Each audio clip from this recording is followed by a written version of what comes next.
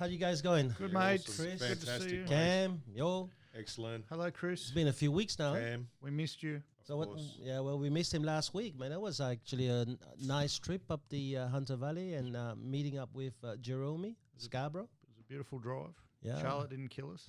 No, and actually we got to really try some nice wines Yeah, we there, did. and we got some lessons. Man, I've been using those lessons, right? I still can't tell the difference. Funny. But you've been using them anyway. Yeah. All right, boys. So what are we having today? Man, what's that salami there? So that salami is homemade, actually. My mother-in-law Right. and her senora friends, they're older ladies, they get together and they go to the butcher and they buy a whole heap of meat. And Wow. then they do a communal salami building day. I don't know what they call it, sausage day, but yeah. And that's they cryovac them, and every time I go, I'm a good little son-in-law. I get a couple of salamis handed over or some pasta, and Good on you, man. I've noticed a lot he brings stuff from home. Yeah. I've spent $42 on cheese today. and you still haven't bought the good stuff. What are you fucking doing, mate?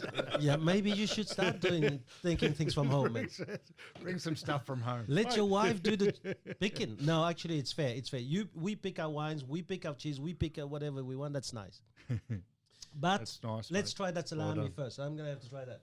I won't take a bit now because there'll two people chewing or three people chewing and no noise happening. So the two boys are Awkward obviously silence. enjoying it. It's good, huh? He's a smart Mate, man. not bad. Let's try wine. So which one are we having first? That's yours, isn't it, Cam? Yes. What have you got there, mate? It wasn't yours already open? We're No, going- no, mine's not open. Well, I can open No, mine. let's open yours. All right, Chris. Mine's a really old wine. It's from 2018. Yeah. So I think it might be even 12 months old. Not sure yet. Well, it depends. I mean, it's over 360 something days. Oh, that's true. I like that thought. Yep. Let's not count the hours and seconds. That might help as well. This is my wife's favourite wine, and I stole it out of our wine fridge before I come here. Okay. Like the salami out of the fridge. It's a Kim Crawford Sauvignon Blanc, and it's a New Zealand wine. It's actually a very nice white. Okay. I enjoy it quite a lot. So. Well, then let's try that. All right, let's crack this one. Cam, you want to pour? Do you know, most Sauvignon Blanc, I don't know about you boys, but it's pretty rare that you can keep a Sauvignon Blanc for more than 2 years, you know? Okay. So you might as well, mate, just make sure not too much for me today, man. Take it easy. So what whites can you keep for some time, Thomas? Well, it all depends. From what I believe, the Chardonnay probably up until 10 years. Okay. The Semillon is probably what you want to hold on to for Cellar, a lot of years. So everyone's a bit different, you know. And again, I think from what we got last week, every wine's good. It depends on who tasted it and your taste buds. Okay. However, to be a chef, you have to have the taste buds that pass a competition. Cheers, boys. Cheers, boys. Cheers, boys. Oh, it's nice and fresh.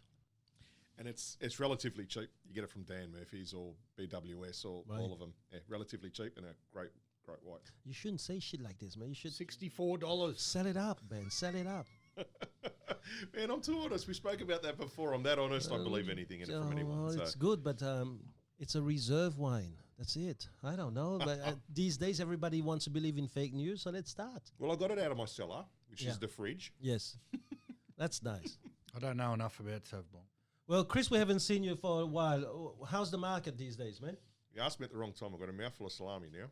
Not the first time we've had a mouthful of sausage. Well, what about what about you, Cam? How's it going up there? Interesting, mate. Stock levels are low.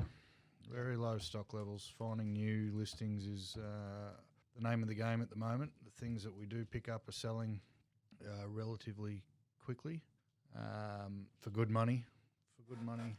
But I think that's been driven a lot by the low stock levels. Yeah. Our key areas in particular. Carryong's got 5 houses on the market. Wow. 2 of those have been on for 12 months. Okay. So really, it's only 3. Yeah, so only 3 new properties. But we've noticed through the work we're doing a bit lower down than on the North Shore with Mount Cola and Barrera, areas like that have really kicked off again. Huge numbers to open homes and quick sales. And for those guys, I mean, us real estate agents have done it tough for 18 months, but for the guys down there after that storm last year, they've had it real tough, the residents. So Now, do you see it when I said to you, Barrera is going to be your savior? Yeah. 100%. A lot of people, when they found out that you were going to open Barrera, they say, "Oh, that's stupid, that's crazy, man. It's right next door." I said, "No, it's not next door. It's the beginning of the freeway. It's the corridor, and plus, if you have a look at the marketplace he has in Carryong, that's the only door to open up." Yeah, it's interesting. It's an interesting dynamic because it takes 19 minutes to drive from office to office. So Carryong to Barrera, which is, I've got listings out in the mountains that take 40 minutes to drive to, and they're still considered the Central Coast. But to the people down in that area, we're from the Central Coast, even though we're sort of such a short drive away. So it's an interesting dynamic, but we're making some good inroads there. The guys, the locals there are trusting us and embracing us. So happy days. Well, as long as you keep on doing the right thing by people, mate, they'll embrace you because right now they're in bad need of a good agent there. Very good. Now, Chris, let's go back to you, man. So, in Bankstown, as Bankstown always is a very competitive area with agents. From our last Wine and Wisdom, I've seen the stock levels increase considerably. A lot of homes coming onto the market. I think for that last 4 to 6 week push prior to Christmas, a lot of stock hitting the market, a lot of new stock hitting the market in all the different suburbs. But the great thing is any property that is a good quality property going to auction, we're getting good amount of inquiry.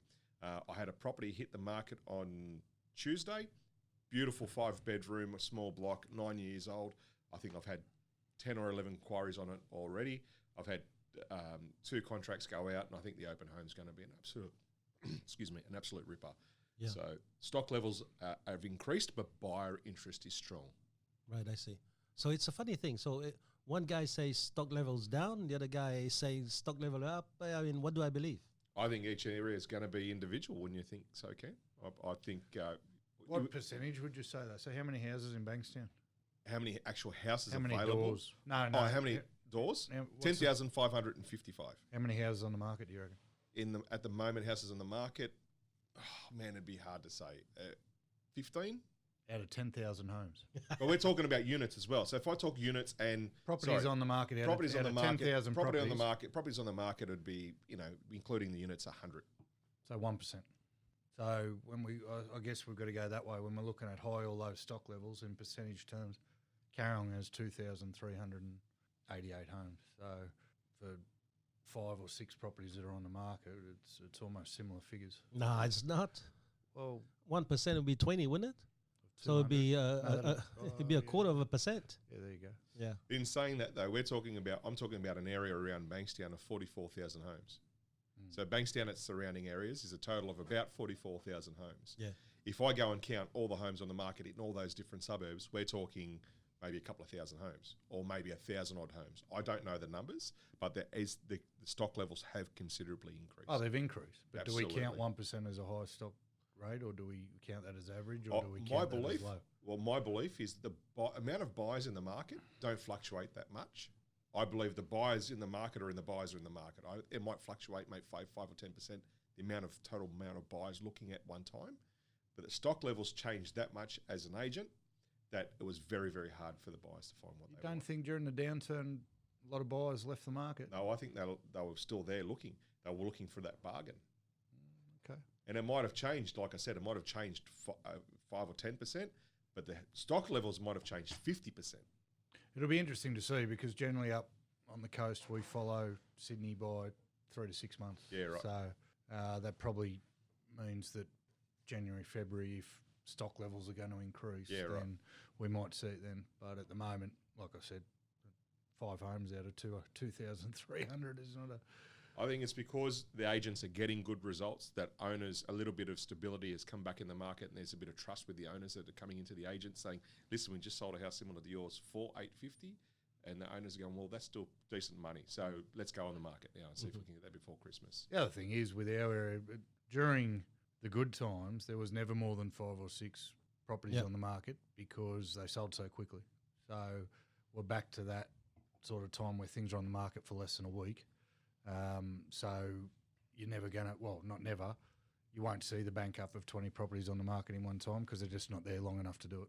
So when you get that on the market for a week sale, I would then say the majority of those homes are going for normal sale, private treaty. Yes. Okay. Well, the majority of homes in our area is auction. So you got a 4-week So campaign. then you got the 4-week campaign. So anything coming on, then you've got that looping effect. So the stock sitting on the market allows the house better marketing, allows the agent better marketing, and so forth. So the stock is sitting on longer as well. Yeah, cool. But at the end of the day, you'll see that in swings and roundabouts, I suppose, comes, like you said about 3 to 6 months flow in from Sydney. Yeah, generally.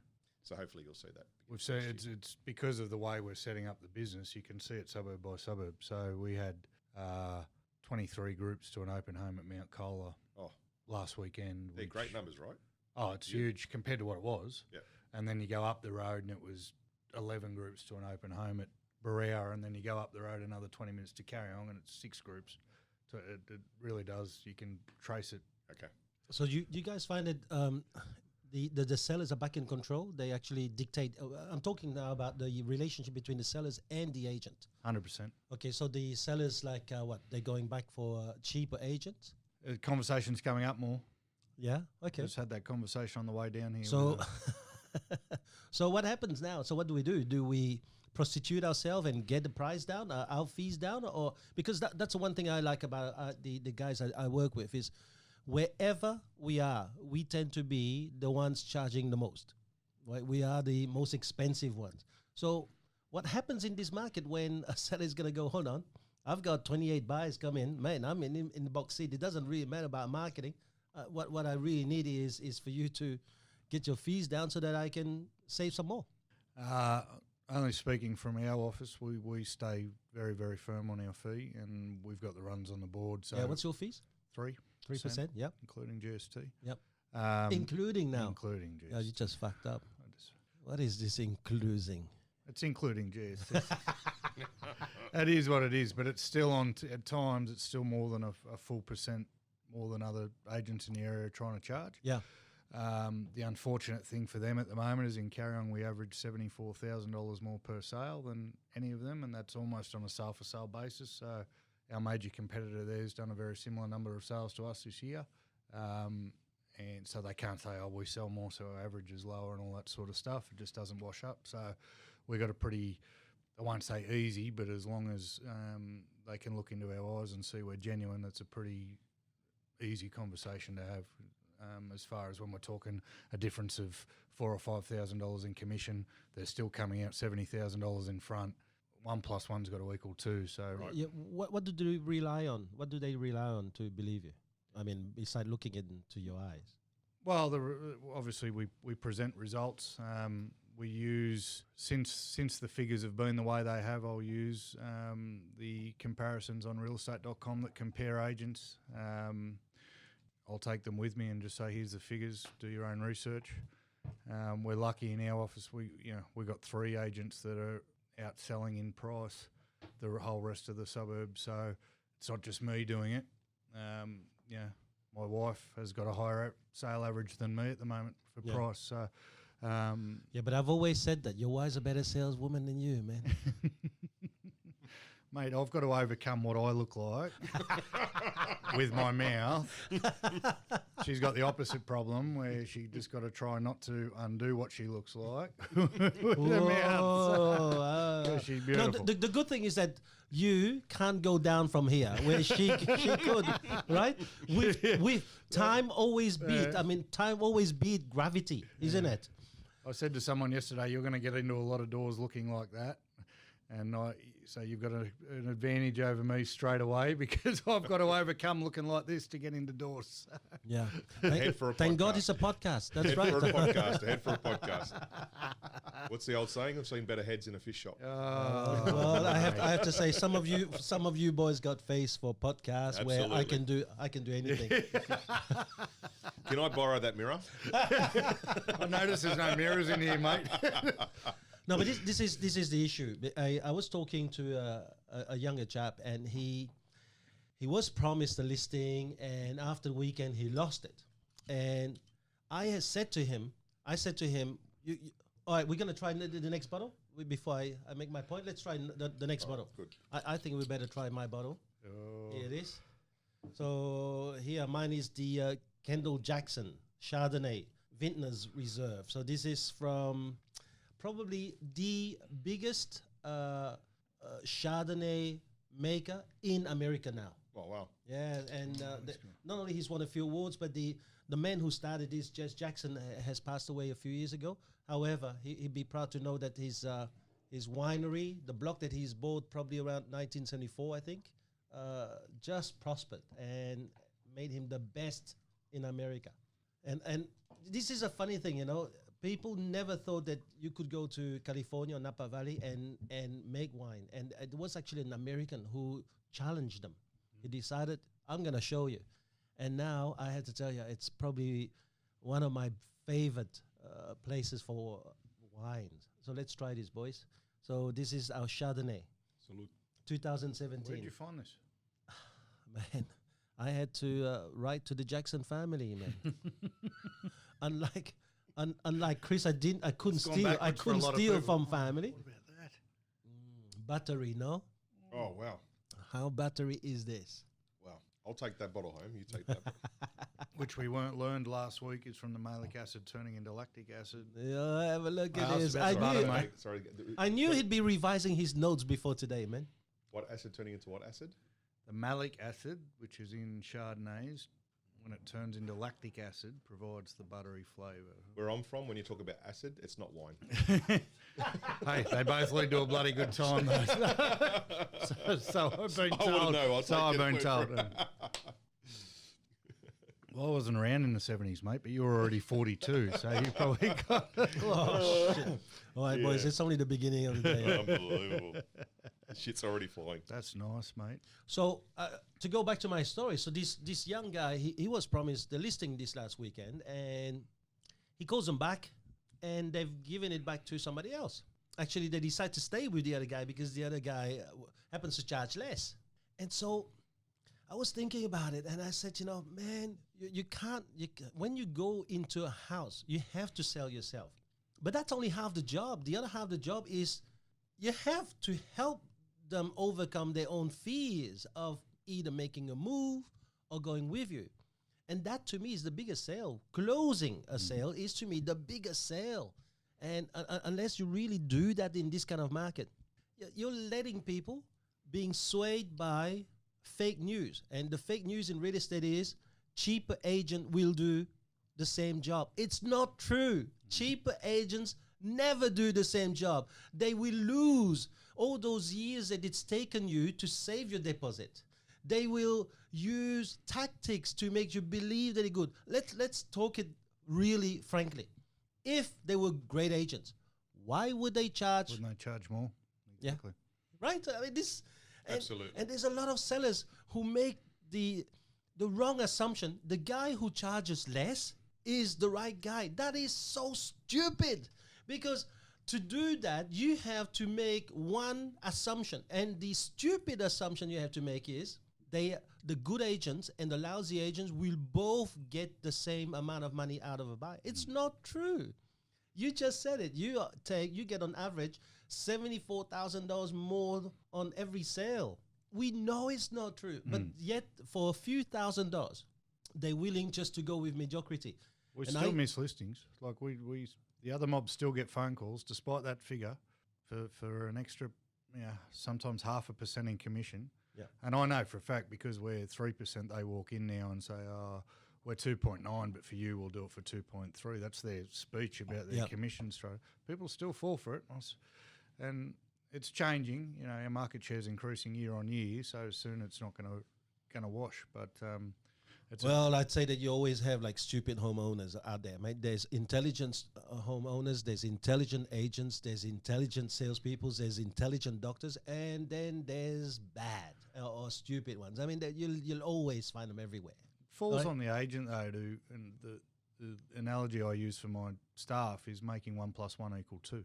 The agent's ability to have that conversation with an owner and make it a no-brainer that even if your commission is higher than the other agent, that you're putting them in a better position to be successful. That falls on the agent. You know, in the end, if you've done everything you can, then yes, you're right. There are still possibly some stupid sellers out there, but a lot of the time it's the agent's inability to show that value. And that's what I was about to say is, Cam, is every agent sitting there and sort of really getting to the point of making their owners uncomfortable with making a decision when they know that maybe it's price, going that little bit further, closing that little bit harder to be able to get that listing. Well, look at Australians, mate. There's a reason Purple Bricks didn't work over here. And I think it's a lot to do with Aussie culture where, yes, people will always get it cheaper if they can, but they'll always pay for value. We will pay more money if we see the value. If we don't see the value, we will try and knock the price down because that's what we do. And that's why Purple Bricks didn't work. $10,000 or $8,000 flat fee soon got found out that you got no service for that and no result. So they stopped getting work regardless of how cheap they are. There's a line that says some people will always fly tiger, that if someone's given me a real hard time about my commission, I've been known to pull out once or twice and it really attacks their ego. But there are people who will always fly tiger as opposed to Qantas, even though the plane's flying the same, but the service. Yeah. But I think all an agent has to do is have the ability to connect and to be able to look someone in the eyes and them look you in the eyes and see that you're genuine and provide that value. You will have no trouble getting your fee ever, just like you'll have no trouble getting your VPA. You know, some of the stuff I see other agencies doing with their marketing just beggars belief. As a business owner, I see the bills come in, so I know how much it's hurting them to do it. If you just have an honest conversation with the seller, they'll pay you. They always pay you. But it's people who are one person on the street and another person when they're in someone's lounge room that won't get their fee because people smell it straight away. Especially in Australia, we're always on the lookout for a bullshit artist, and it comes across real quick. So anyone who's not able to get their fee is just not doing a good enough job of proving they are who they are, I think. Yes, but you're locked in. By the time you sign up that agreement, you're locked in. And this is the thing that people don't realize, They're not getting a signature. They do get the signature at 1.5%. I mean, I hear about agents getting 1.5%. They should shoot themselves. I wouldn't even get out of bed, mate. I mean that.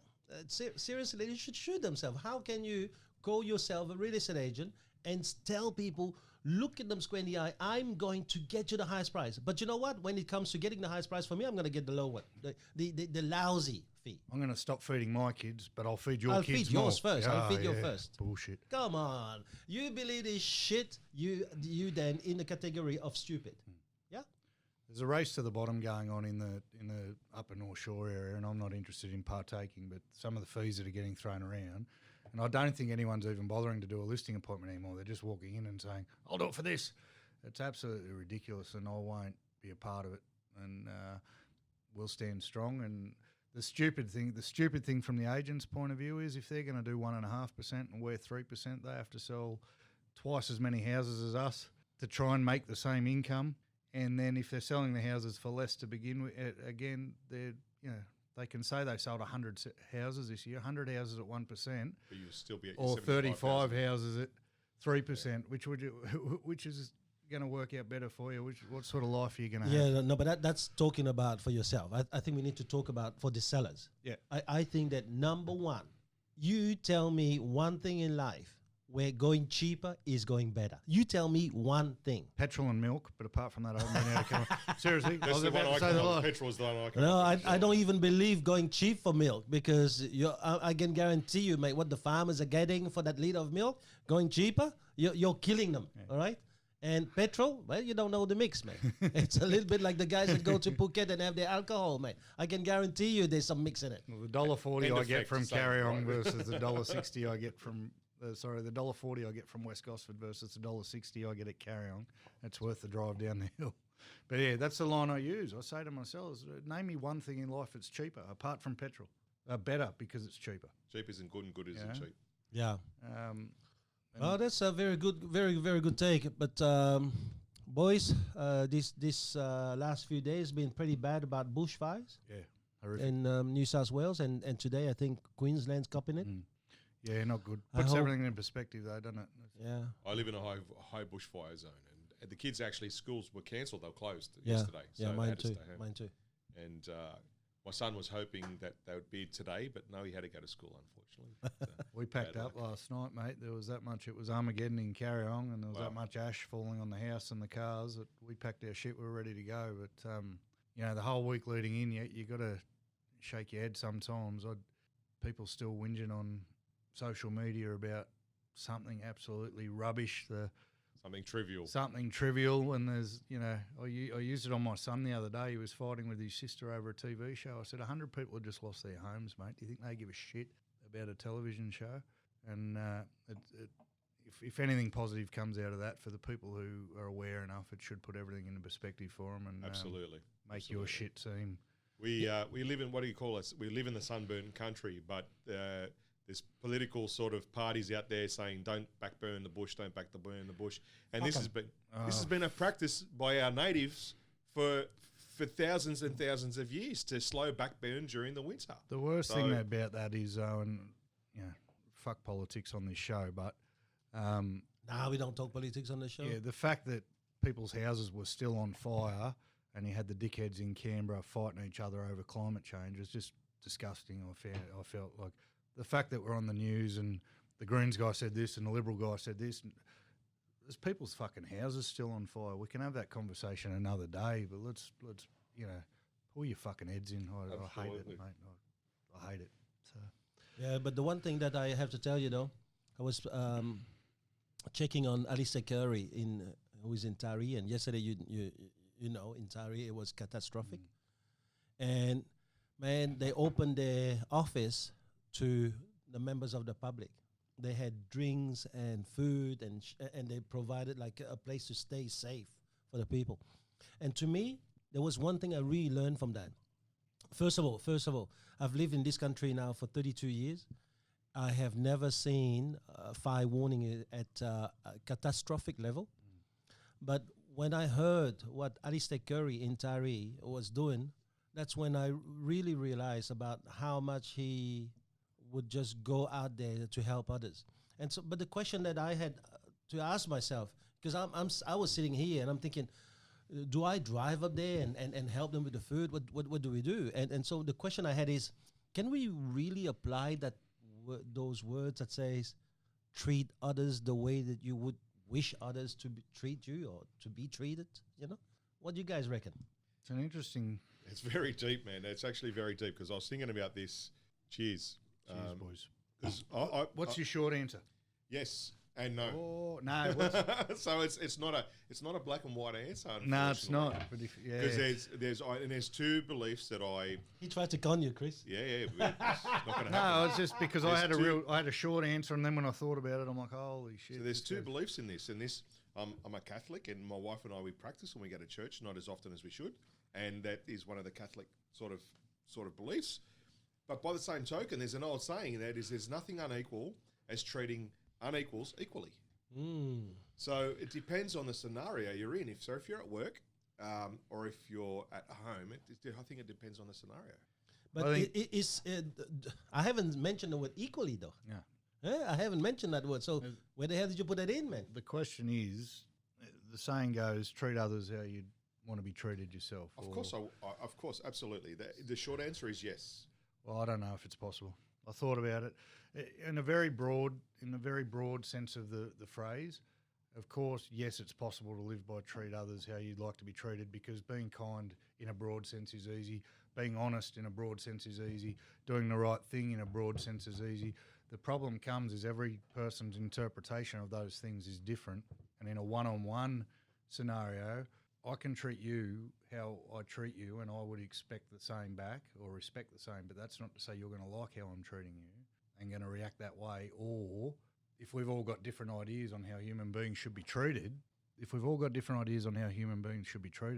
that saying goes out the window, because... But if you treat me in a certain way and expect that treatment back, you won't be surprised to receive that treatment back. So whether it's a good treatment or a bad treatment, if you're already expecting that behaviour in return from me, you shouldn't be surprised by that behaviour. No, it's, yeah. So you've got to be But boys, the word expectation is not in that either.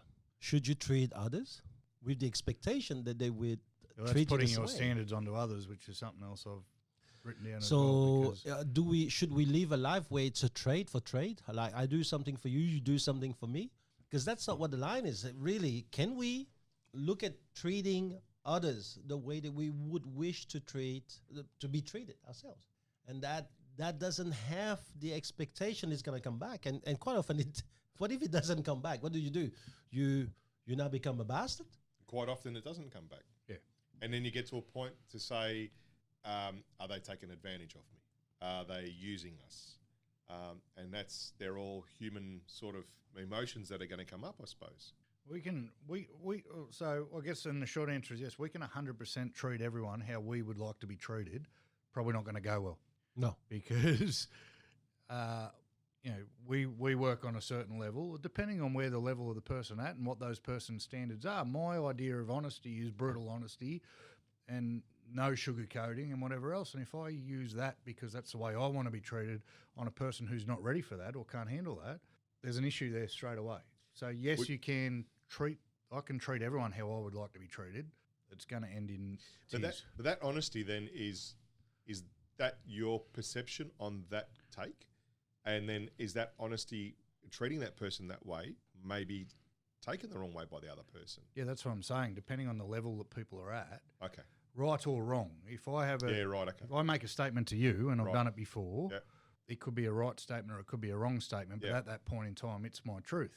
Now you're big enough and ugly enough, and you're on a level. We're mates, so I take it a different way, and I look at it subjectively, right? And if you've got an opinion on something, you come at me with your truth, absolutely, and I take it subjectively, and we do the thing. Now, but that's okay for you and I. Yeah, that might be okay for TL and us. Yeah, because we're on that level. Yeah, but try that on a new staff member or someone you've just met in a pub. Yeah. You try your brutal honesty on someone you've just met in a pub, been there, done that, see where that ends up. So maybe it's not, can you live by treating others how you would like to be treated? It's maybe it's should you, because... Yeah, but should you, it's yes.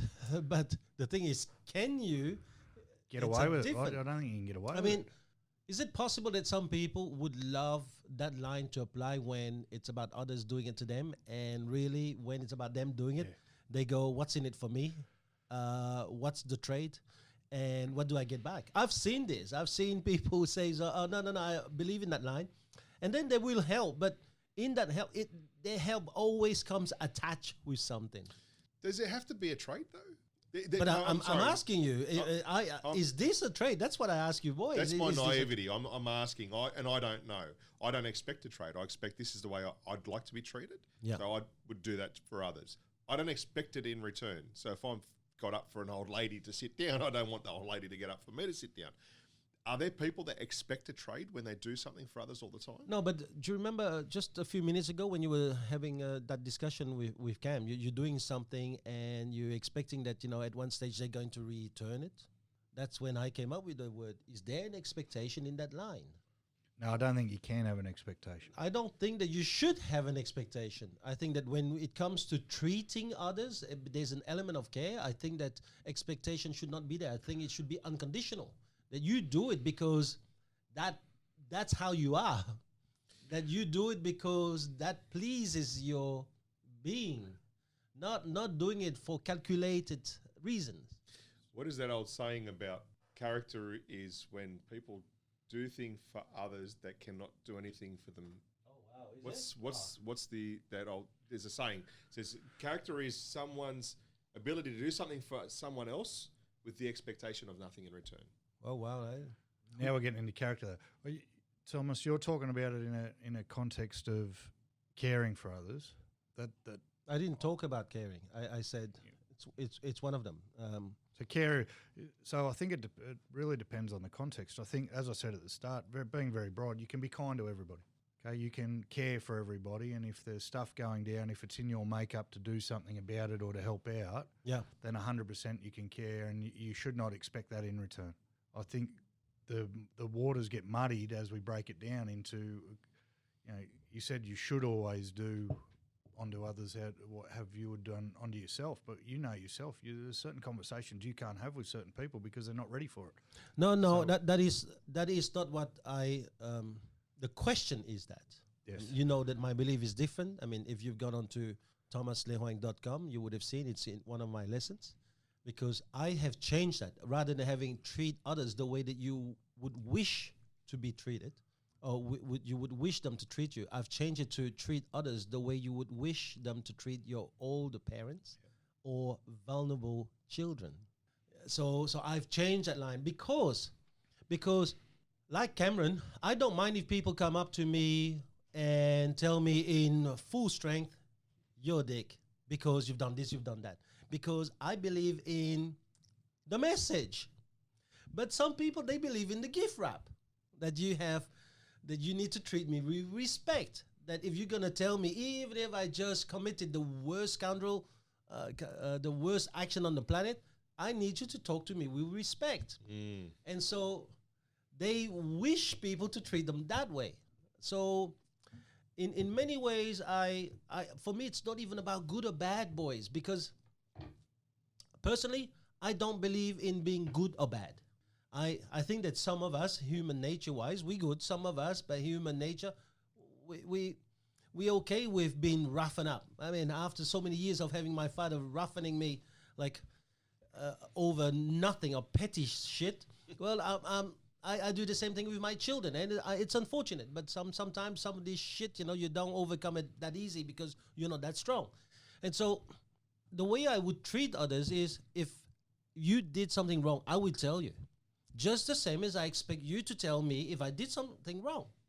Now, with some people, you do this, they don't expect that because they expect to be treated with respect. And some of the things that happen back is not respect. It's one of the things that happen in your office, right? I had someone calling me and saying, oh, well, he talked to me like this, he disrespect me. I said, hey, listen, if you actually said what you said to him the way you said to him, I would also be pissed off. So maybe you disrespect him before it even happened. And so quite a lot of times, this is another question I want to ask us ourselves. Is this line really a one-way line? Is it a line where it works for you and me, but the other way is bullshit? It's very interesting you say that, Thomas. You said to me, and there was probably, 12 months ago, you said to me, Chris, there's givers and there's takers. And you need to be transactional with the takers. And you need to be generous with the givers. True? Yeah. So that line, treat others as you wish to be treated and so forth, will be different for the givers and will be different for the takers, would it not? Yeah. So then what do we do? If you're so a giver... you're saying that it can't be really applied. If you're a giver and you're dealing with a taker, you then need to adjust your approach. Yeah, I like it. No, it can't be applied. You boys think it can't be applied? I don't think it can be applied. I think in the euphoric world, and I'm going back to this. In the magical world. Magical world with fairies and unicorns and beautiful wine on tap. It'd be. I have not had missing wine you. on tap yet. Need a cake. Well, you just give me the best. He's from the best Central idea Coast. He you've gets ever it had. out of a bag. I'll make the double as a pillow, so don't worry. How are we going with the wines, boys? Not bad, huh? No, this one from the Napa Valley, man, I want to go and visit America now. Seriously. What you reckon about that one? I think this is the best thing out of America since Tom Cruise. Seriously. No, he's coming back. He's coming back in Top Gun 2. They asked me to be part of it. You're gonna be Goose. Sorry, man. As a kamikaze. Yoda's having a cameo. I was thinking Gollum. Be a wingman, I will. But I told him I'm still trying to get my plane out of the water. That is nice wine, man. And that cheese that you bought, Thomas. Man, that cheese. What do you reckon about that? Unbelievable. You won't find that in bloody Coles. No, it's the French one. It's called Le Délice des Crémiers. Le Délice des Crémiers. Okay, so that's delicious and creamy. Yeah, no, the crémier, the people who make creams. Okay, I'm guessing here, man. I'm guessing. I reckon that's Aussie it's for close enough, right? delicious and creamy. No, that's Aussie for quadruple cream, if you like.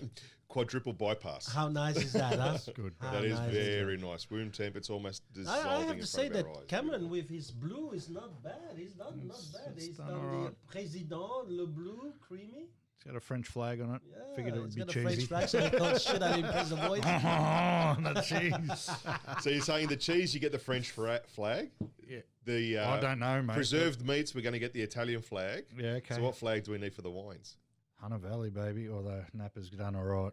Napa is not done bad. alright. It's pretty good wine. But I'd prefer to buy Australian. Your white the other week that you bought from the Hunter, I must say, does trump that. Yeah.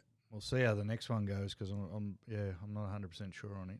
Oh, is it? Oh, have a look at that talk, man. It was the first one we bought out of 48 bottles. So. So it should be the best one, right? If it's the first one, because you weren't swayed in your opinion, right? So Yeah, possibly. I could have been just desperate for a drink. So we'll see. or someone's how it goes. approval. So, well, let's try yours, man, because I'm not sure I can handle all 3 bottles today, boys. Not having a go. I'm trying to lose a bit of weight before the awards night. Yeah, too late. You got 10 days, champion. What are you going to lose? 100 grams? I bet someone that I'd fit into last year's tuxedo, mate. And I've already ordered the new ones. Oh, it's normally chicks who wear the dress once, mate, but me, it seems to be awards night suits. You're bad. Oh, All right, tell us about this. this is one. the Chris, by the way, his intention is to beat us this week. Of course. Well, I don't know. This I've dude changed. doesn't do a podcast just for fun with mates. No, very competitive person. No, he's not. He's not We competitive. love him. We love him. We treat him how we want to be treated. Yeah, Why do you cry every time I bring- give it back, though? We bring shitty wine so he can win. We're lucky he didn't bring the coon slices today as his cheese. Well, But mate, it was close run thing. I was running low on time. so what do you got for us, champion? This is the McLeish Estate 2014 Reserve Chardonnay. McLeish was they're from the Hunter Valley. It was the first cellar door we pulled into a month ago. They're an award-winning estate. I'm pretty sure this wine rates a 93 on the James Halliday scale. I did try some of their newer Chardonnays, and they'd gone the way of the we've got to compete with the Sauvignon Blanc. So their newer Chardonnays were not to my liking, a bit more acidic and not quite as buttery. But when they brought out this one, I went, oh, we found one. So Yeah. we'll see how we go with it, boys and girls. Let's try this then.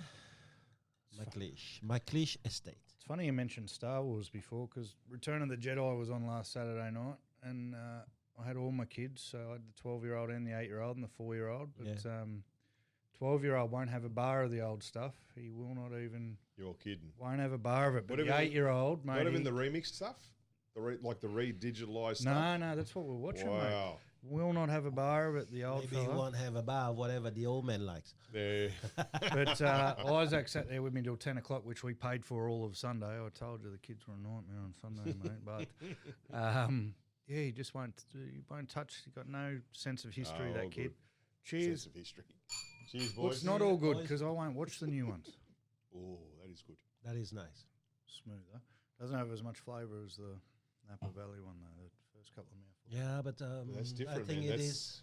That's different. The legs No, on it's got the afterwards are- buttery taste. It's got the buttery taste. The buttery taste is not as pronounced, so I like it. Personally, I like it. It's very subtle, A little bit more oak on the end of it, huh? and then it lingers on. That's nice. Well done.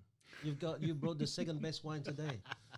The boys have been nice because I usually cry myself to sleep after these things. But I would say you've got the best wine, but treat as others as you want to be treated.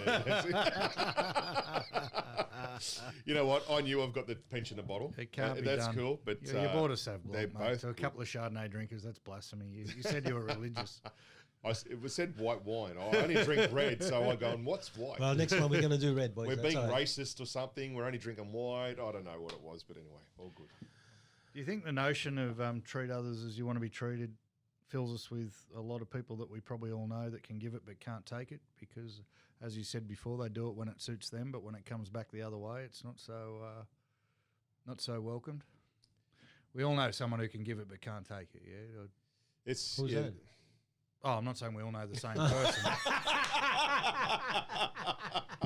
Man, we've only had 3 glasses. I think we Seriously. all know people who love to have an opinion, for example, or love their version of the truth. But when the Oh. opinion comes back at them, they're like, "Can't believe they said that to but me." You know, hold on. Before you go further, like you're talking about like telling people. I'm talking about even action, right? There's people when they down, they want everyone just to give them money, be there for them, give them all their time. But when it's their turn, it's fuck 'em. So Yeah, it's we not all good, eh? know those kind of people. It's not just the message. Yeah. The message is something that people need to go beyond. I was talking to a salesperson again, Chris, in your office, and she said, Why is it that when he's talking to me, it feels like attacking? Because you're so loud. No, that's right, because he's loud. He's a loud human. It's exactly what I said to her. I said to her, it's the same thing with my children. Have a look. I'm talking normal. It's passion. This is passion, right? In real life. And people want passion to be like this, talking with a value man, just saying that. Yeah, well, I've got it covered, man. Well, yeah, I know, but passion. I just can't do that. So You swallowed a when microphone. you're taking passion and you making a mistake to translate it as he's angry or he's having a go at me, maybe it's your fault. And so people gonna have to start understanding passionate people. They are going to be a little bit over the top. That's why they're passionate. Our family dinners, we are a family of my two sisters, myself and my mum and dad. All I remember is lots of people around the table sharing our opinions at the top of our voice and not caring what the other person's feelings were, because at that table it was spoken aloud and you walked away and everyone's loved each other still. There was nothing taken to heart, but that was conversation. That was learning. That was growth. And that was the dinner table for me. That was the lunch table. Yeah. And you guys are... I'm doing it now. You guys have got choleric blood. Right. It's not flows. just one of those Valium blood. I'm not going to sit there and talk like carrying on with go to the suburbs to sell shit. Oh, you should see his face. It's going red if you could see it right now. Stop treating him. I'm about to get very passionate, Chris. I'm about to get very passionate, buddy. I love your passion. I let my actions do the and talk. and I say that he only takes his passion on women, by the way. he can't do it to blokes. And it only lasts about 15 seconds, so I heard. But anyway, don't knock it till you tried it, mate. That's what they always say. But I think maybe sometimes we are all a little bit sensitive in different ways. I think we all can grow and learn from someone who's different to us. Just because it's not our way doesn't mean it's the wrong way. But here's the question. What would you rather have? The guy that says all the nice things and gifts wrapped it very well, but who's going to screw you? Or the guy who is going to be a bit passionate and saying it may be wrong, but whose intention is really to improve you? You tell me. It's on a case Who by do case. you want to be treated by? I want that. Right. I want the second one. I get it from Cam and I get it from you. And No, you don't get it from me. I'm a nice guy, but It's he's a prick. It's a biased conversation, though, because, and it's not to say that we think one way is better than the other, but who the fuck are we? But in this room, we prefer it straight. I know plenty of people who want it gift wrapped and they don't care how badly they're getting stabbed in the back. They just need that gift wrapping. Is that helping them, though? It's not, but try telling them that, mate. But you can't. But are we... I don't own any gift wrap. My biggest problem in life, especially of recent times, is my lack of delivery, right? I don't have a gift wrap. But Cam, I know that. Look, if you're not gift wrapping intention's stuff good and though. that person wants it gift wrapped, if you're not gift wrapping it, they want it gift wrapped. You give it as it is and they learn something from it. Have you done a better job than you would have gift wrapping it for them? May not stop them going to fair trading, mate, or whoever they report you to as their employer. Fuck them, man. I'm being If they're serious, the- mate. Like it's unfortunate that that's a consideration that we have to have. It's good that you're talking about this shit too, you know. Like I have had people doing the wrong thing and then go to departments and then claiming money where I had to pay the money, right? Apparently they couldn't work anymore. And then afterwards, within a few months, I did go back to work. And I almost felt like, let's ride back to the fucking department and ask them to give me my money back. Yeah. So this is the problem. People want to be treated nice. But when it comes back to them having to treat people right, not even nice, they won't do it because it's costing them. Because it's not, there's nothing in it for them. This might sound, I don't know, a little bit narrow-minded. My take on this is if you look at the people that give their time to charity, give their time to people that can do nothing in return, those are the sort of people that can take open, honest feedback. They are the sort of people that will give and help and take that feedback and grow and not expect anything in return. The other way around, the people that don't want to do those things for charity, don't go out of their way, don't give their time, sometimes you need to maybe look twice. That's maybe just a generic point of view. You're going away from the definition, but you know, to me, charity starts from home. There's that saying. You guys know that. So for me, charity starts from within your company. Don't go out there and run charity shit if in your workplace you got people that you can't make earn great income for their own home. If in with those guys you can't even help them enjoy the best of life. Don't go out there and do charity shit. You might as well start from there. So I think we also have to be very careful. There's guys out there who would screw their salespeople, who would screw their colleague, who would change rules because now their salespeople are making money. And they fucking waving the flag of helping people out there under the name of charity. Fuck that. You can't start from home. You can't start from your team. Don't even go out there. I even go further. If I was to work in an office today and at the end of the quarter I'm not bringing home money, I am fucking my wife and my kids from the time that they should have with me versus nothing brought home. So if I was to be away from home, I need to do the best I can so that at the end of the quarter, I'm coming home with a bonus check. That is, to me, the essence of treat others the way that you want to be treated. That if my wife was to work in an environment where there was a potential of making a great income for our family, then she'd go to work and do the best she can. Not do fucking 5 phone calls and then afterwards go home, oh, I did my bit. No. Did you do your best to compensate for the time away from your children and from me? So is it a born behaviour or learned behaviour? Because I fucking stole my question, you bastard. Well, I just think about myself, mate, because up until I was probably 27, 28 before I could have a conversation, and I've always said my bit, but it was probably only 10 years ago where I started being able to cop people having their bit back. You know? So let me clarify. You were only 10 years ago until you were able to. I still would have told you were a dick, but if you had told me I was a dick back, you would have it would have been a massive issue. So you only treat him one way. I think a lot of people treat people how they were treated, not so much how they want others to treat them. A lot of people, you know, a lot of the conversations I have, for good or for wrong, my old man comes out, mate, and some of the time I wish he'd go away, and some of the time I'm glad he's there in those conversations. But so is it a born behaviour or can you learn to cop it? I think you've just answered that question within your statement. You can learn to cop it because 10 years ago you couldn't. 10 years ago. But was it already there and I was just choosing to fight? I believe it comes down to our egos and the growth and the old Einstein proverb of the more knowledge, the less ego. And you're a very avid learner, Cam.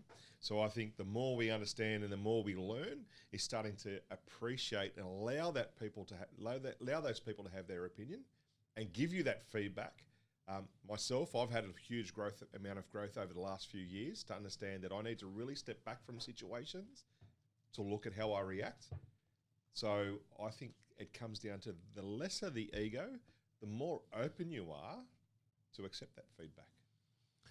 To me, something like care, it's not innate, it's all environment. Now, yes, you have got maybe an inclination to take a little bit of that education and embrace it more than somebody else. So the inclination might be there, but you can have all the inclination you want. If I just treat you like shit and I show you that the world is shit and you should treat others like shit because others treating you like shit, you're going to start doing that too. So I think, to me, it is an education thing. But then, where I believe the strong people really rise above the surface is those people have gone through all the bad shit, and they come in contact maybe with a proof that the opposite road is a better road. And they make a conscious effort that is the road now I'm going to embrace, and fuck my education, I'm going. That to me, way higher individual, if you will, greater control of their ability to change. So is that an aha moment for them? Is that a click?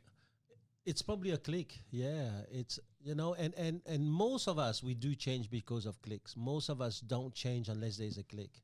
It's a little bit like, you know, telling a father, stop drinking, stop smoking. He won't.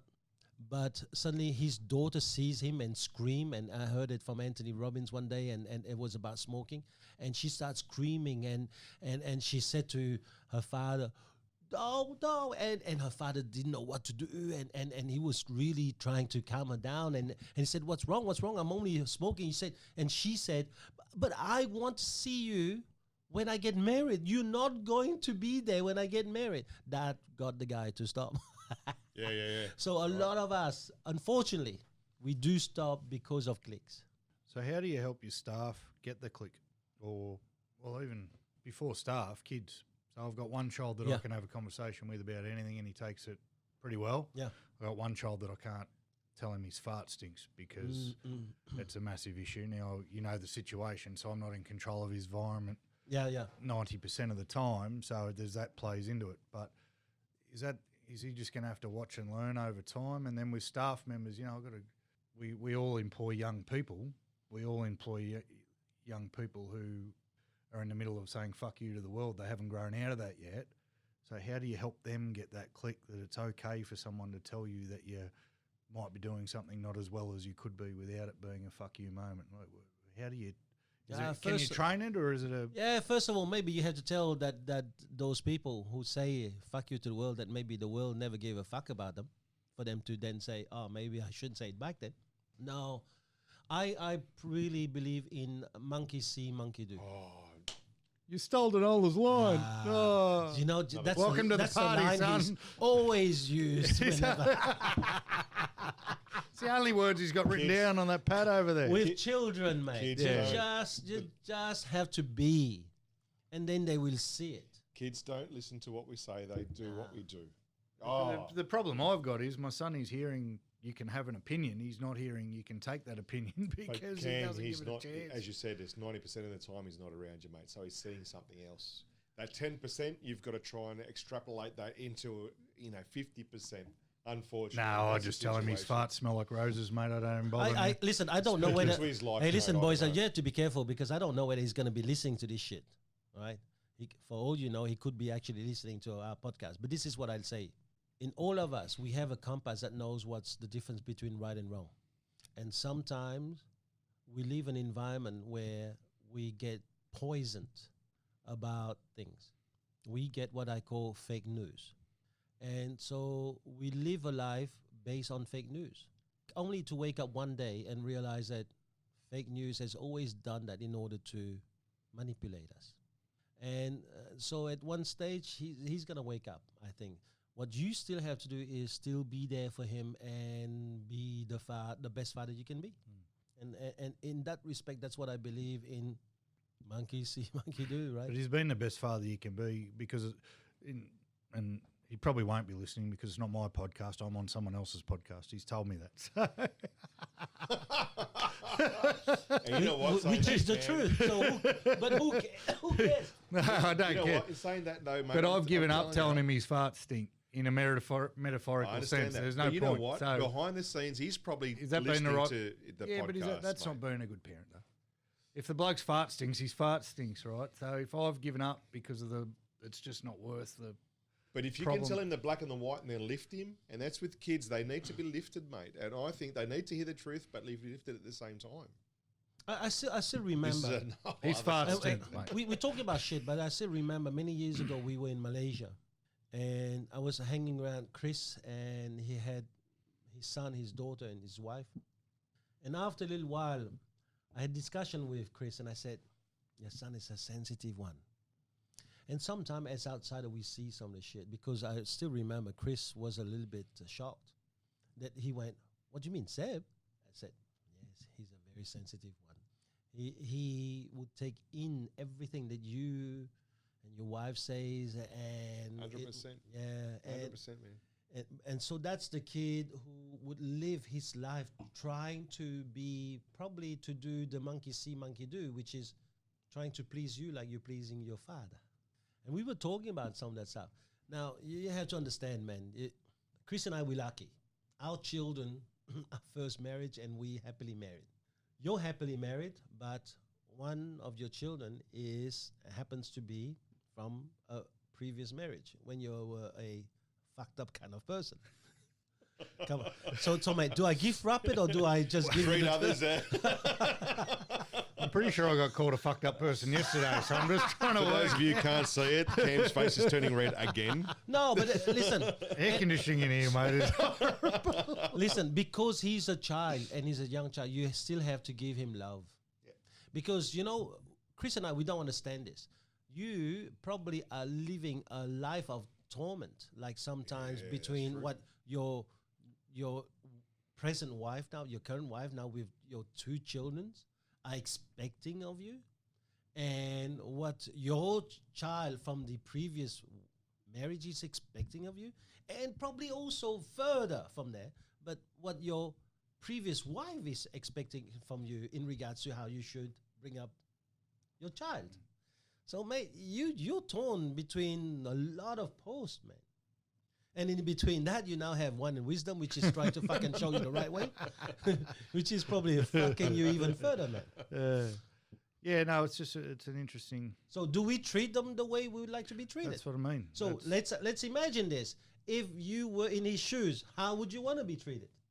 Fucking the long silent. pause. No, well, the long pause is because I've written here: do we treat people how they want to be treated? Not do we treat people how we No, man, like to be treated? that's his way of fucking asking a question when he's been asking a no, question. because Can you you just saying- can you just answer my If fucking I was in question? his shoes, how would he like to be treated? How would you want to be treated?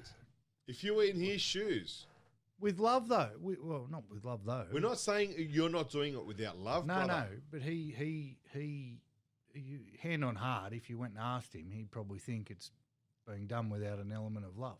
So, but his perception of what love is coming from too many different places. Like that poor kid's been through the ringer. It's not just me and it's not just my ex. It's the dickhead that she hooked up with after that. It's all the stuff that he's seen as a 12-year-old that, you know, I didn't have to see up until 12 years of age. So the pause is, fuck knows what he's thinking to you. Like, I don't know what he's thinking, mate. So put myself in his shoes. You know, we've had lots of chats about this subject, you and I'm doing the best I can, mate, but I can't. We know I that, don't know. man. We know that, man. We know. But he's still avoiding the freaking question. He wants to be loved, but his You, idea of love. What would you do? In his situation, I'd go, cool podcast, Dad. Really? Come on, man.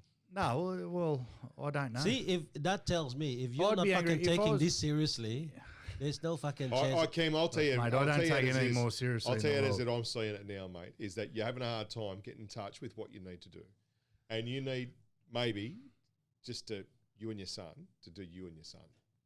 And that's what I'm saying from the mate, outside. that's a situation that, as TL alluded to before, is near on impossible. Do you see how he fucking used my name for whenever he needs a No, I said a pillar TL. to this No, conversation. it's not. No, but you.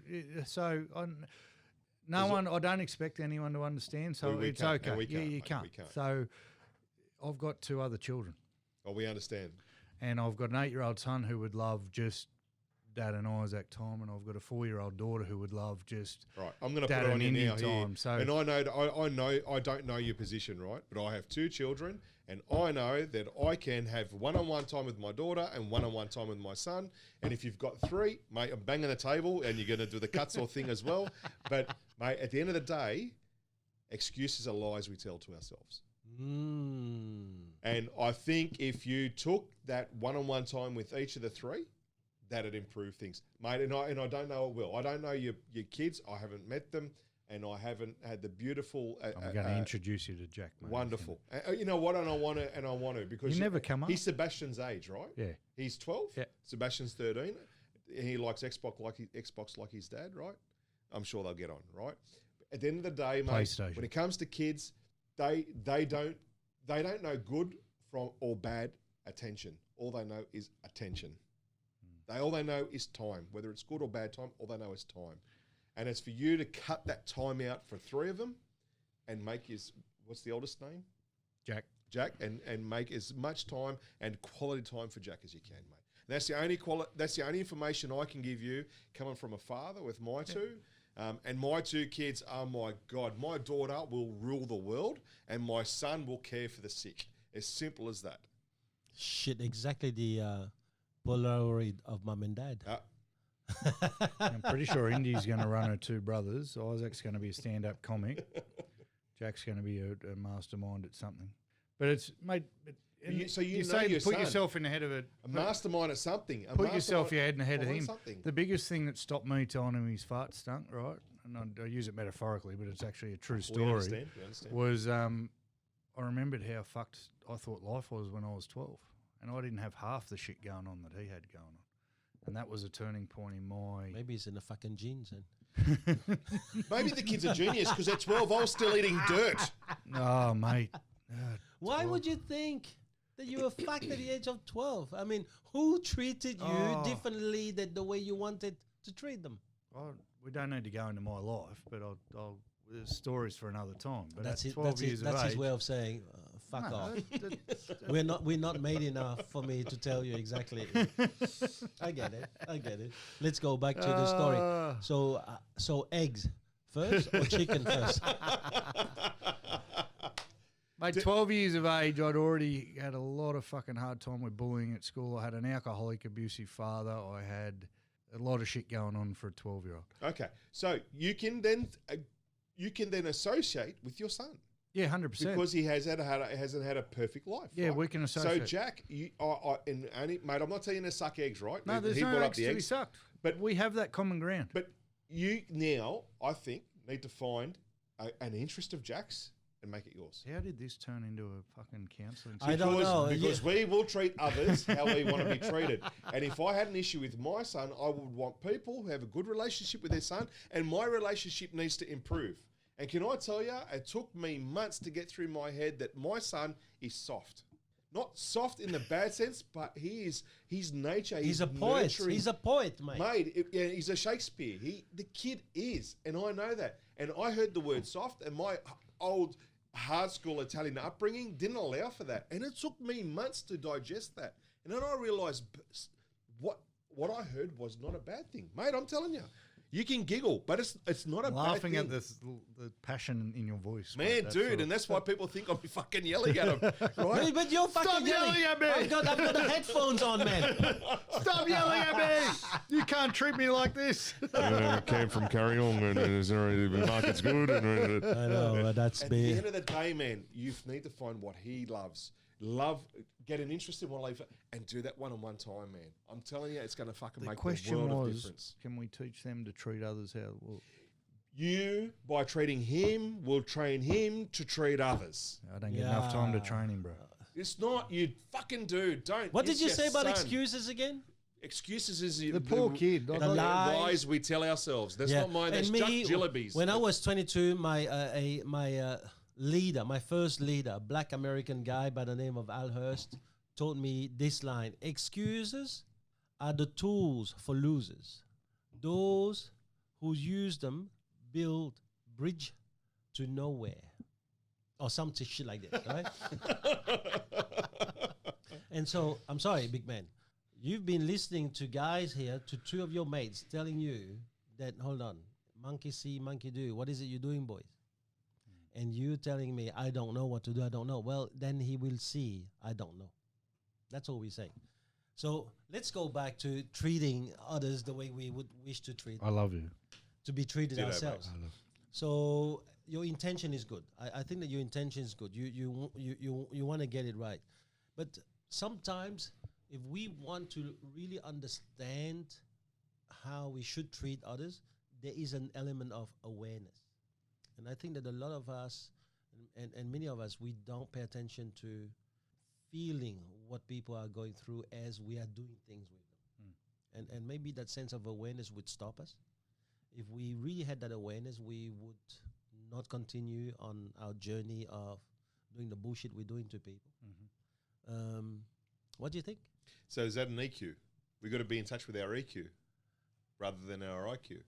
Okay, that's a good line. Yeah, I didn't see it that way. Yeah, you're full of shit, but I like They're excuses. So you're telling EQ, yourself. you mean emotional intelligence. So that emotional intelligence of the environment that you're in at that time. Yeah, I think that you have to be in touch with that cue. I mean, you know that. We have friends who, when they talking to us, they have no fucking idea what we feeling about what they just 100%. said. 100%. Right? We know that. And I think that a superior human being is able to say something to someone and have half of his brain switched on to feel what the other person's feeling. And listen, mate, you're talking to a guy who's got EQ minus 100, okay? But I had to learn that. I was going to say, I don't think you give yourself credit there, but now, okay, you changed it with that last statement. How long have we known each other?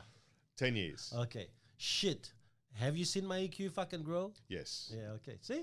Okay. I mean, Before you were a brick. I haven't seen his eye. now I'm a wet brick. I said brick, not prick. All right? So brick. His IQ's still a 12. No, it's something you learn. It's something that you do. It's something that, and this is why it's one thing to say, I want to be treated this way. It's also another thing to grow. Absolutely. Because I see people, for example, they get into a relationship, they get into a marriage, they get what they want, they get the things they want, and then they want to be treated a certain way. But when it comes to them trying to improve, they don't. And every single time that there are things happening, they will always go back to the past, and I was raped in the past, and I was this in the past, and I got this in the past. No. When we grow up to a certain level, when you have passed the age of 12, you made the decision, am I going to be a prisoner of the shit that happened to me, or am I going to really now look forward and start the engine? I was talking to a guy lately, and I said, Wayne Dyer said this. You imagine Wayne Dyer, you guys know, right? He passed away a few years ago. But to me, he was one of the biggest, probably common people philosopher. And when he said things like, imagine yourself on the boat. What do? Do you look at the wake behind the boat? Because the wake is going away from you, and the wake happens without you even wanting it to happen. Or do you control the engine of your boat and forge ahead? And I think that life is short. Life is going to happen like in the blink for every one of us. Yeah. What are we going to do? Be a result of some of the shit of people treating us?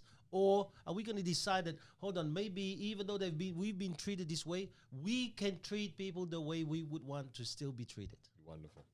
You're thinking about he's it. He's still contemplating. No, he's going to come back. My son, have a look. No, it's nothing to do with my son. Seriously, boys. So this is one thing. And so one of the questions I want to ask you is, should we have virtues at the center of this line? Provide an explanation, please. Yeah, so I said it earlier already. It's not about caring for others, or it's not about being good, because I ask people, what is good behavior? If I had to ask the three of us what's good behavior, it'd be different to you, to me. However, it's got bond at the end of it. At the bottom of it, at the root, at the essence of that tree, there are virtues. Virtues that we develop that makes us actually feel good. And we usually feel good because there are good things that are happening around us, right? And so I just wonder, should we really apply the way we treat others according to the virtues of life, such as courage, care? Do the virtues define your intentions? That's another question, but that's asking a question after a fucking question. No, it's because it's going to help me answer your question. But your virtues, when you say by our virtues, are we working to our virtues? Are we working to the people that we're talking to's virtues? Because my virtues, as you know, one of the big ones is family. Right. But the salesperson or the person I'm dealing with, the vendor, their virtue may not match my virtue. Yeah. So do I walk through life dealing with my virtues? Yes, I do. Are you talking virtues of values? Because you're talking about about values. I'm talking about values.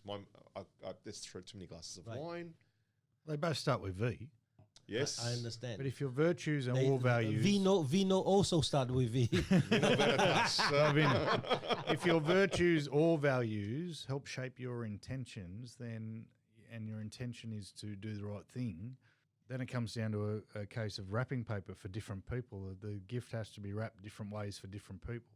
So, but if you don't have any wrapping paper, you're in a world of trouble. But virtues or values, let's call it virtues. Different people have different virtues, right? Yeah, absolutely. No, that is not true. Virtues are universal. Values can be chosen. So a virtue is courage. A value So is yeah, that's right. Yeah. So you can pick family, but that doesn't mean that everyone in the That's in the a room will value. pick the same one. It's a value. But, so what's a virtue then? A virtue could be discipline. Okay, but would then different people put different levels on that discipline? Care could be a virtue. But my care of virtue and your care of virtue could be different. My level of discipline, your level of discipline could be different. No, but when I treat others, should I treat others with virtue? That's what I'm asking. With your virtue or with their virtue? That's what I'm suggesting. This is no, where we you come can't from. have mine because it's universal. If you're adopting virtues, it has to be the same. how does it fit? That's how I look into- at it. And so this is why I say, I truly, I said it at the beginning, I don't believe in being a good person. I truly don't believe in it. Good, because I was going to say. No, I actually said that for you. No, but listen, just as much. No, seriously, just as much as you've been a bad person, You've been just as bad, buddy. I think you look at some of the shit that he had, some of the values he had, they fucked, right? But some of the virtues that he's been displaying, that's why he's my mate. We mates because of virtues, not his values. Because if it was our values, I wouldn't fucking talk to the bastard. I value wine as much as anybody. But you get it. But some of his virtues, they want, and this is the beauty about people. He said when you go beyond some of these people's value display, and David Brooks actually is the best about it, and I spoke about it. He's got two kind of set of virtues, and he talks about it. It's, are you gonna have the resume eulogy or the virtue eulogy? You know, and are we gonna talk about the shit that you display when you're out there and showing the whole world, or are we gonna talk the shit that we know you are when we really talk to the real you? And I think that's the bit. So when we treat others the way we would wish to be treated, we go from that base. The base of our virtues. Yeah, we don't go from the base of trying to look good in the eyes of others. And I think that line is very important to really pay attention to. You know, we look at this thing in life, and then we're saying to everyone around us, well, you know, I will treat you, but based on whatever society. No, you have to go beyond society. You have to go to virtues, because societies today has changed. The values of today has changed. Like the values of today, because social media is around, people say fuck you to everyone because you can't see me, right? And people have got more anxiety than anybody else because really the fucking likes are really giving me the shit. So even social media right now is going through the reshaping of their boundaries. And that is going to reshape our boundaries in terms of our values, but also the expression of our virtues. I fucking sound like shit right now, but No, I understand myself because it's good that do one of us or not do. do, Luke, there is no try. One sunny day.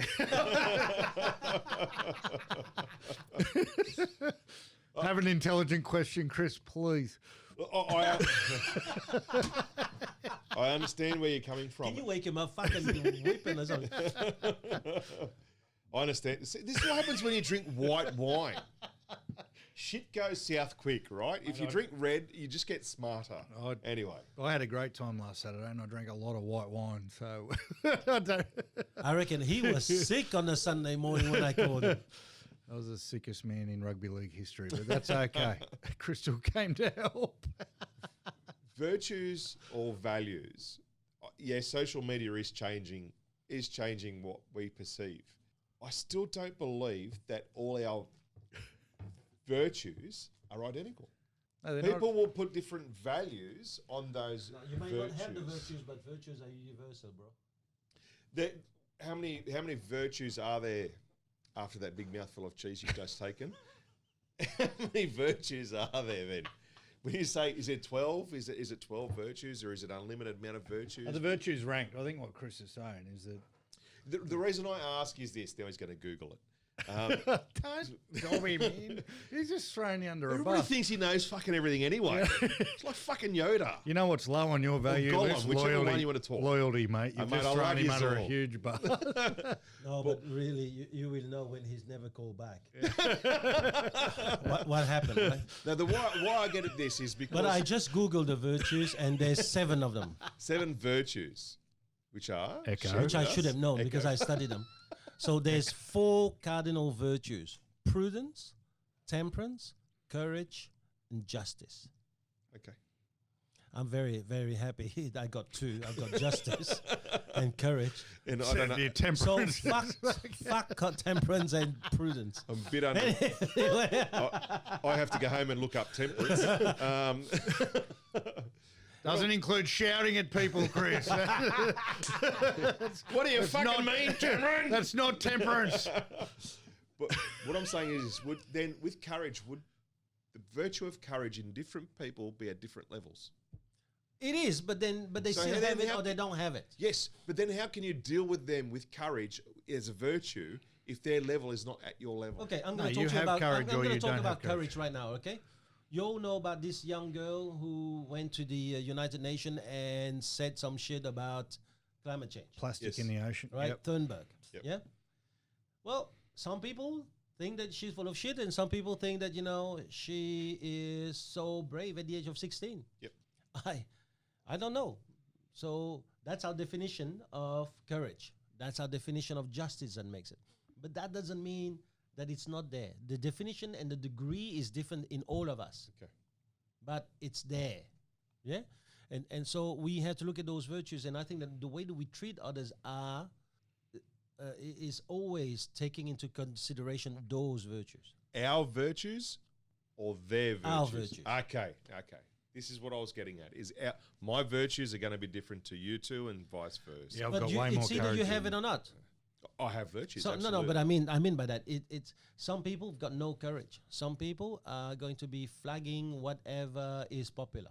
Today they say that climate change is there, they flag. Tomorrow the majority of people flag no, they flag no. And that is, as you said before, jumping onto social media, mainstream, getting with the popular, being So you've just accepted. named every politician in the country at the moment. No, I don't have to name anyone. Listen, man, I've got my own ideas about politics. I think one of these days we're going to talk politics because I think we have to do this. But the populist thing, there's a distinct lack of courage in the people who are steering Yeah, our course well- at the moment. Yeah, no one has a firm belief on anything that they're willing to say publicly. That's right, that they Yeah. are willing to say publicly. I And that's actually, a courage thing, yeah? Yeah. Yeah. I actually spoke about it Yeah. to one of our leaders a little while ago, and he was scared about what it was going to do to the organization. And this is why we say, all right, Scared about what was do going we to do. then treat the way we treat others to a certain level? This is the thing. This is why our answer is back to still no. That's If, no. if you're looking at the purist, it's still no. Nobody treat others the way that we wish to be treated. Everyone, including me, and starting maybe from me, would want others to treat me the way I will never treat them. That's how it works. Say that again. Fuck, what did I say? He said even he, Even he, you would never want others to treat me how the I way treat I've them. treated them. Is that right? Did I get we're that gonna right? have to That's limit nice the. because, mate, pats on the back feel a lot better than punches in the head. I like that And you one. can't deny it. There's Pats- philosophy from Cam. Pats on the back. Pats on the back feel better than punches in the head. I like all that. right? They always will. And it if sort of you explains say, a lot, Cam. but if go you on. say they don't, you're lying and you're full of shit. No, so you're as much 100% as true. we sit around here and go, you can tell me anything and any way you want, and I'll take it okay, would I still prefer you ring me and go, good job, Cam? Fucking probably because it feels a lot better than getting. I think that circles back to what I was saying before about people and that's being what TL's ready. saying. People being ready for the lesson. People having the ego to be able to. Don't shake your head.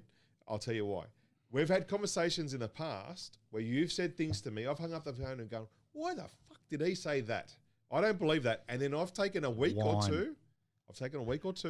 And I've digested and I've rehashed it and I've looked at it from a different perspective and I've actually learnt by the statement that you made me. And I think it comes down to that person's growth and that person's ability to accept the information given to them, digest it, assess it, and to grow from that. I don't think you're wrong in what you're saying. You're wrong in the context of a punch in the head, regardless of how ready you are. Right, okay. Regardless, People prefer the pat on the back. regardless of how ready you are to cop a lesson, you can't tell me that getting punched in the face is ever going to feel as good as getting patted on the back. Ever. No, yeah, I understand. Yes. So, yes, you're 100% right. The how we treat others comes into what level are they at, how are they going to react comes into what level are they at. Yes. But even us who are professing to be okay with hearing whatever we want, With our wisdom.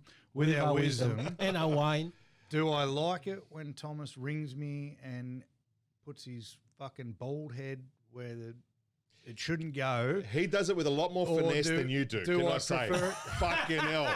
Do I prefer My it? God, the bald head slips in there nicely. You're like, you are the punch in the face from Yeah, Mike well, Tyson. I got more Seriously. hair, mate, so I'm going to have more grit. Yeah, but can I tell you, his wisdom, there's finesse that he delivers the lines. There's a lot. That's the point of it. So There's a lot easier than the way you do it. What However, TL was saying So, is deep so he down- didn't treat you right. The gift But wrap you was know, wrong. I need it both ways though, because here's one I go, oh fuck, okay, now let's think about that for a moment.